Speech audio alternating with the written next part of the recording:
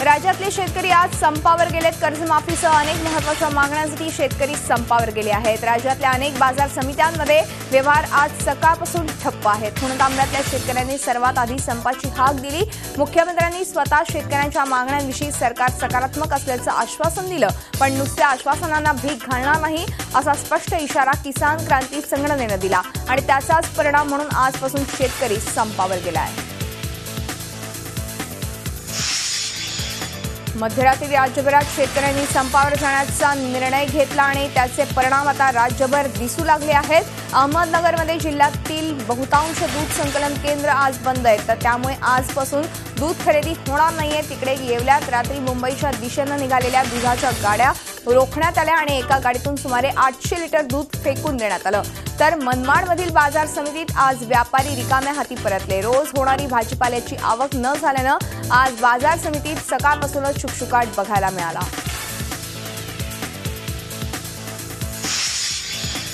औरंगाबादमध्ये शेतकरी संपाला आज सकाळीच हिंसक वळण लागले। औरंगाबादच्या जाधववाडी मार्केटमध्ये बाजार बंद करण्याचं आवाहन करत होते आणि त्याच दरम्यान एका ट्रकची हवा काढण्यात आली असता व्यापाऱ्यांनी एकत्र येऊन शेतकऱ्यांवर हल्ला केला। यात जयाजीराव सूर्यवंशी यांच्यासह 5 शेतकऱ्यांना मारहाण करण्यात आली। काही शेतकरी तिथून निघून गेले।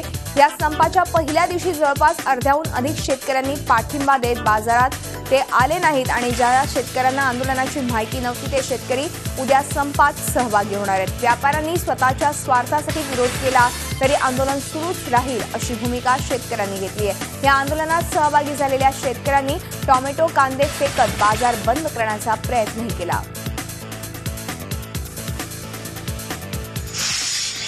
पुणे तांब्यात भजन कीर्तनच्या माध्यमातून शेतकऱ्यांनी आंदोलन सुरू केले। ग्रामपंचायतीजवळ हे सर्व शेतकरी बसले आहेत। जोपर्यंत मागण्या पूर्ण होत नाही तोपर्यंत शेतकऱ्यांचा संप सुरूच राहणार असल्याचं शेतकरी सांगत आहेत।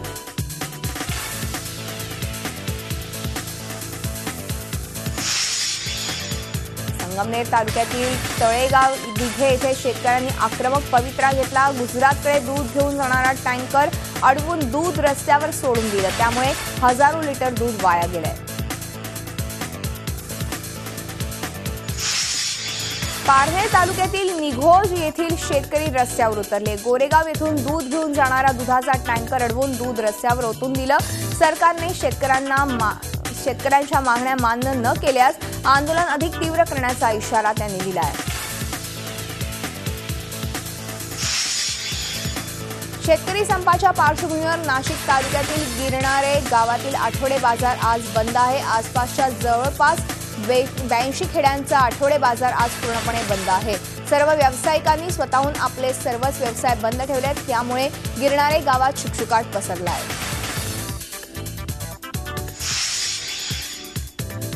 नगर आणि नाशिक जिल्ह्यात शेतमालाची मोठ्या प्रमाणात नासाडीही करण्यात येते। सकाळपासून येवल्यात मोठ्या प्रमाणात दूध फळांची नासाडी करण्यात आली आहे। कोपरगाव रस्त्यावर आंबे डाळिंब त्यावरून गाड्या चालवणं भाग पाडण्यात आले, तर तिकडे भरवस फाट्याजवळ मुंबईकडे येणाऱ्या दुधाच्या टँकरमधून 20,000 लिटर दूध रस्त्यावर फेकण्यात आलंय। या प्रकरणी 8 शेतकऱ्यांना ताब्यात घेण्यात आलंय। शिर्डीतही आज सकाळी दुधाच्या ट्रकमधून ओतून देण्यात आलं दूध। त्याचबरोबर संगमनेरमध्ये अशीच दुधाची नासाडी करण्यात आली। गुजरातमध्ये जाणाऱ्या ट्रकमधून इथे दूध ओतून देण्यात आलं। शेतकरी संपावर गेल्याच्या पार्श्वभूमीवर कोल्हापूर जिल्हा दूध उत्पादक संघ म्हणजेच गोकुळनं गंभीर दखल घेतली आहे। सांगली आणि सातारामध्ये शेतकऱ्यांनी दुधाचे टँकर फोडल्याच्या पार्श्वभूमीवर प्रत्येक टँकरसाठी तिथे पोलीस बंदोबस्त ठेवण्यात आला आहे।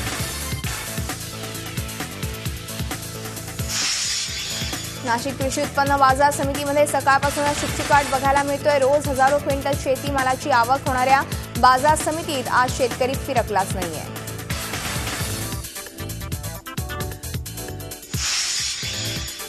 अनेक ठिकाणी शेतकऱ्यांनी शेतीमाल अडवून तसंच काही जिल्ह्यात शेतकऱ्यांनी दुधाचे टँकर्स अडवून आंदोलन पुकारलं, पण कोल्हापूर आणि सांगली बाजार समिती मात्र सुरळीत सुरू आहे।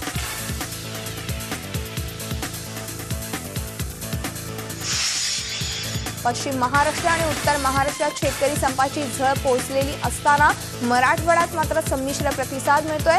बीड जिल्ह्यात संमिश्र प्रतिसाद मिळाल्याचं चित्र पाहायला मिळतंय। शेतकरी संपाचा बीडच्या भाजीपाला आडतीवरती कोणताही परिणाम झालेला नाही। शेतकऱ्यांनी मोठ्या प्रमाणात माल आणला असून आडत सुरू झाली आहे। बीडच्या भाजी मार्केटमध्ये औरंगाबाद, ओतूर, नारायणगाव, जालना, इंदोर या ठिकाणाहून भाजीपाला फळं विक्रीसाठी येतात। बीडच्या ठोक भाजी मार्केटमध्ये दररोज किमान 1 ते 1.5 कोटी रुपयांचा व्यवहार होतो। संपाच्या पहिल्याच दिवशी मात्र हा व्यवहार 50 ते 60 लाखांवर आल्याचं समजतंय।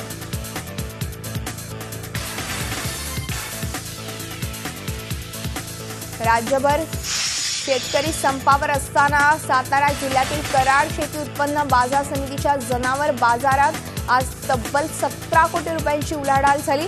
शेतकरी संपाचा जनावर बाजारावरती कोणताही परिणाम झाला नाही। या उलट बाजार कोट्यवधी रुपयांची उलाढाल झाली आहे आणि दर गुरुवारी भरणाऱ्या या बाजारासाठी सातारा, सांगली, कोल्हापूर, सोलापूर, उस्मानाबादसह कोकणातील शेतकऱ्यांनी जनावरांची खरेदी केली आहे। जनावरे बाजारातील शेतकरी बांधवांनी पुकारलेल्या बंदमुळे काही परिणाम झालेला नाही। बाजार हा मोठा आहे, गेल्या बाजारापेक्षाही मोठा बाजार, अंदाजे 17 कोटीच्या दरम्यान उलाढाल होईल। शेतकरी संपाच्या मुद्द्यावरून माजी मंत्री जयंत पाटील यांनी व्हॉट्सअपवरून सरकारविरोधात बोचरी टीका केली। कर्जमाफी न देणाऱ्या सरकारविरोधात टीकात्मक मेसेज त्यांनी केला आणि या मेसेजमध्ये त्यांनी इंग्रजांनाही जमलं नाही ते भाजपनं 2 वर्षात केलं असं म्हटलं आहे। या माध्यमातून शेतकऱ्यांच्या मागण्यांना जयंत पाटलांचा पाठिंबा असल्याचं स्पष्ट केलं त्यांनी। शेतकरी संपावर जात आहे ही खूप गंभीर बाब असल्याचं राष्ट्रवादी काँग्रेसचे अध्यक्ष शरद पवार म्हणाले। शेतकऱ्यांच्या महत्त्वाच्या प्रश्नांकडे अक्षम्य दुर्लक्ष झालंय, त्यामुळे शेतकऱ्यांमध्ये ठिकठिकाणी अस्वस्थता आणि नाराजी निर्माण झाली आहे आणि त्याची परिणती आपल्याला या संपामध्ये किंवा बाकी सगळ्या गोष्टीतून दिसून येते। त्यामुळे केंद्र आणि राज्य सरकारनं वेळीच योग्य दृष्टीने पावलं टाकली नाहीत तर ह्या देशामध्ये अतिशय गंभीर परिस्थिती निर्माण होईल असा इशारा त्यांनी दिला आहे। मला असं वाटतं की राज्य आणि केंद्र सरकारने याच्याकडं योग्य दृष्टीनं वेळीच पावलं टाकली नाही तर या देशामध्ये अतिशय गंभीर परिस्थिती तयार होईल। शेतकऱ्याला दुर्लक्ष करणं हे कोणाला परवडणार नाही। देशातल्या जनतेचा भुकेचा प्रश्न हा संकटात येईल आणि म्हणून याच्याकडे फार गांभीर्याने बघितलं पाहिजे। राज्यातील शेतकरी संपावर गेल्यानं या संपाचा परिणाम कृषी उत्पन्न बाजार समित्यांवर झालाय। सोलापूरच्या बाजार समितीत आज सर्व व्यवहार ठप्प आहेत। शेतकऱ्यांनी आपला शेतीमाल विक्रीसाठी आणला नाही, त्यामुळे बाजार समितीत आज शुकशुकाट बघायला मिळतोय। तर पंढरपुरात शेतकऱ्यांनी संपावर जात दूध आणि पालेभाज्या रस्त्यावर टाकून सरकारच्या शेतकरी हिताविरोधी धोरणांचा निषेध केलाय। पंढरपूर तालुक्यातील उपरी येथील शेतकऱ्यांनी आज सकाळी पंढरपूर सातारा राज्य मार्गावर येऊन दूध ओतून आंदोलन पुकारलं।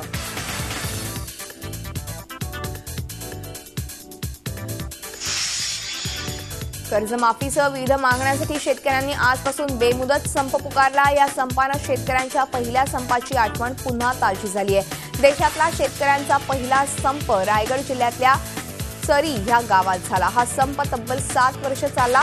खोती पद्धतीमुळे कोकणातील शेतकरी गांजले होते। कुळांनी जमीन कसायची आणि 75% वाटा सावकारांना द्यायचा ही अन्यायकारक पद्धत इथे सुरू होती आणि एक प्रकारची वेठबिगारीची कामं करत होते। शेतकरी नेते नागू पाटील यांच्या नेतृत्वाखाली हजारो शेतकऱ्यांनी संप पुकारला आणि शेतीवर उदरनिर्वाह असलेल्या कुळांनी शेतीच न करण्याचा निर्णय घेतला। शेतकऱ्यांच्या या लढ्याला डॉक्टर बाबासाहेब आंबेडकर यांची साथ लाभली आणि त्यावेळी झालेल्या केसेस लढण्यासाठी बाबासाहेब स्वतः शेतकऱ्यांच्या वतीनं कोर्टात उभे ठाकले। तत्कालीन महसूल मंत्री मोरारजी देसाई यांनी सरीला भेट देऊन चर्चा केली आणि शेतकऱ्यांच्या लढ्यामुळे त्यावेळी अनेक कुटुंबांची आर्थिक परिस्थिती ढासळली तरी पुढच्या पिढीला या आंदोलनामुळे अच्छे दिन आले। सरी कोपरच्या लढ्यामुळे कसेल त्याची जमीन हे धोरण अंमलात आलं आणि कुळ कायदा तयार करण्यात आला। हा संप चालू झाला तेव्हा मी 7-8 वर्षाचा होतो। त्या अशा प्रकारे म्हणजे दैनंदिन अवस्था सगळ्या लोकांची झालेली होती आणि चरी कोपरपाडा रायंदेपूर कौटुंबिक ह्या लोकांना म्हणजे अन्न असं म्हणजे महाग झालं होतं। तो काही 7 वर्ष आणखी संप पुढे चालू झाला आणि ह्या जमिनी सगळ्या खाऱ्या पाण्याने भिजून गेल्या होत्या आणि त्याने पुन्हा ते उदळ म्हणजे काय बांधबंदी करून ह्या जमिनी टिकवण्याचा पुन्हा प्रयत्न केला. या गावामध्ये बाबासाहेब आंबेडकर आले होते. भाग्य आहे आमचं या गावाला. या चरी गावाचं एक नाव लौकिक झालं की आंबेडकर या गावाला आले आणि त्या आंबेडकरांनी सर्व सहकार्य या संपाला केलं आणि त्यामुळं हा संप यशस्वी झाला. जर आंबेडकर नसते तर हा संप झाला, कारण का ज्या केसेस काय लागले असतील पूर्वी काय त्या सर्व सोडवण्याचं किंवा त्या भांडण्याचं कोर्टामध्ये काम आंबेडकरांनी केलं. पुणेकर प्रवाशांची लाडकी दख्खनची राणी म्हणजे डेक्कन क्वीन आज 88 वर्षांची झाली आणि त्यानिमित्तानं पुण्यातील प्रवाशांनी तिचा वाढदिवस साजरा केला. पुणे स्टेशनवरून गाडी सुटण्याआधी ती छान सजवण्यात आली आणि पुण्याला महापौर मुक्ता टिळक यांच्या हस्ते केक कापण्यात आला. हा वाढदिवस प्रवासी दरवर्षी साजरा करतात. या गाडीशी त्यांचं एक अनोखं नातं आता निर्माण झालंय आणि त्याचाच हा प्रत्यय म्हणता येईल.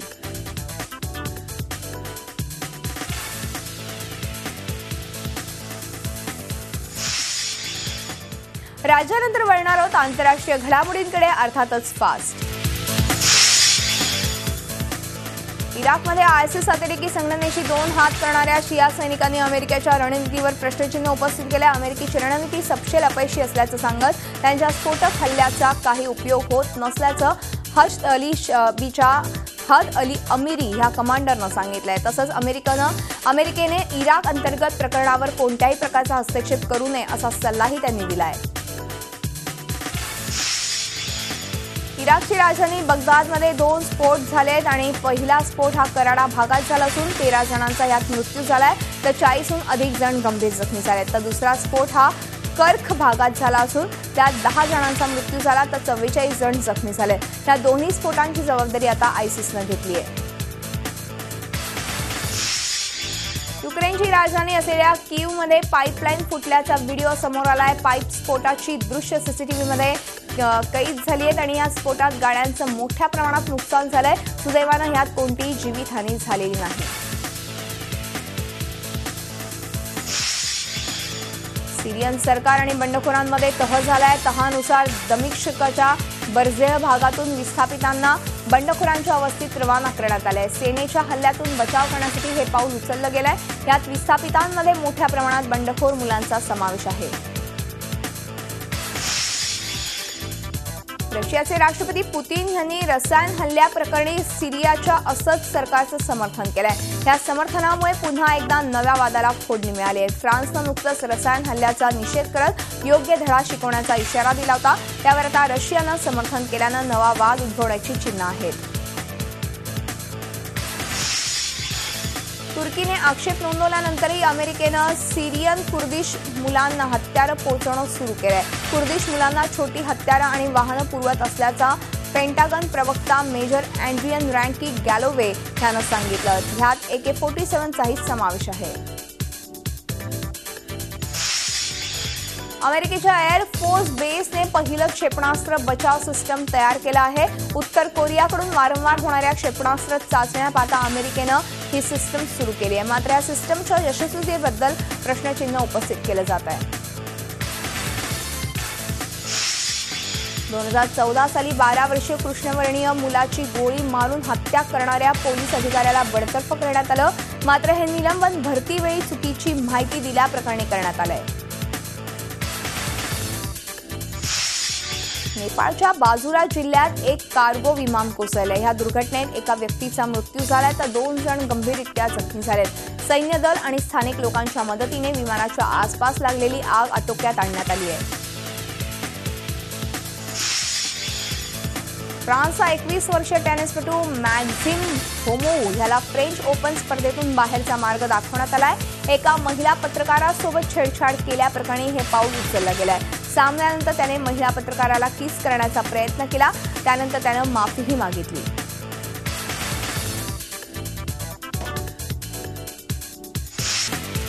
लातूरमध्ये एका जिमच्या उद्घाटनासाठी आलेल्या सनी लिओनलाही लातूरच्या हवेचा झटका बसलाय. चार्टर प्लेननं परत येताना वातावरणातल्या अस्थिर परिस्थितीमुळे अपघात थोडक्यात टळला असं ट्विटरवर सनीनं लिहिलंय. गेल्याच आठवड्यात हेलिकॉप्टर अपघातात मुख्यमंत्री देवेंद्र फडणवीस थोडक्यात बचावले. त्यात काल सनी लिओनच्या विमान अपघात टळला आहे.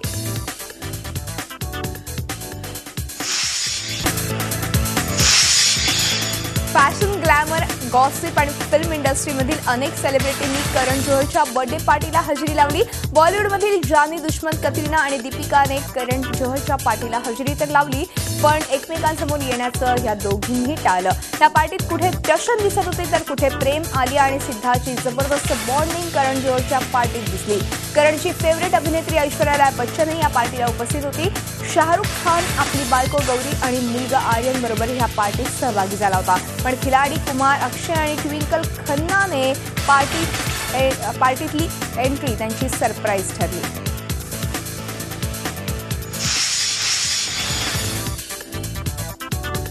सोनम कपूरला दीपिका पदुकोणच्या नावानं हाक मारल्यानंतर सोनमची रिॲक्शन बघण्यासारखी होती। कान्स फिल्म फेस्टिवल 2017 मध्ये एका इंटरनॅशनल पब्लिकेशननं सोनमला दीपिका समजलं आणि ह्याचं उत्तर सोनमने सोशल मीडियावर तिच्या अंदाजात दिलंय।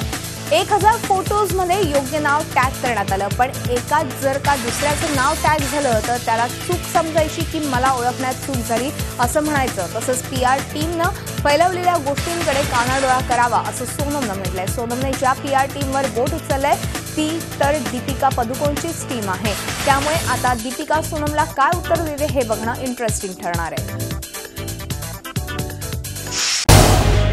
झी 24 तास रहा एक पाऊल पुढे।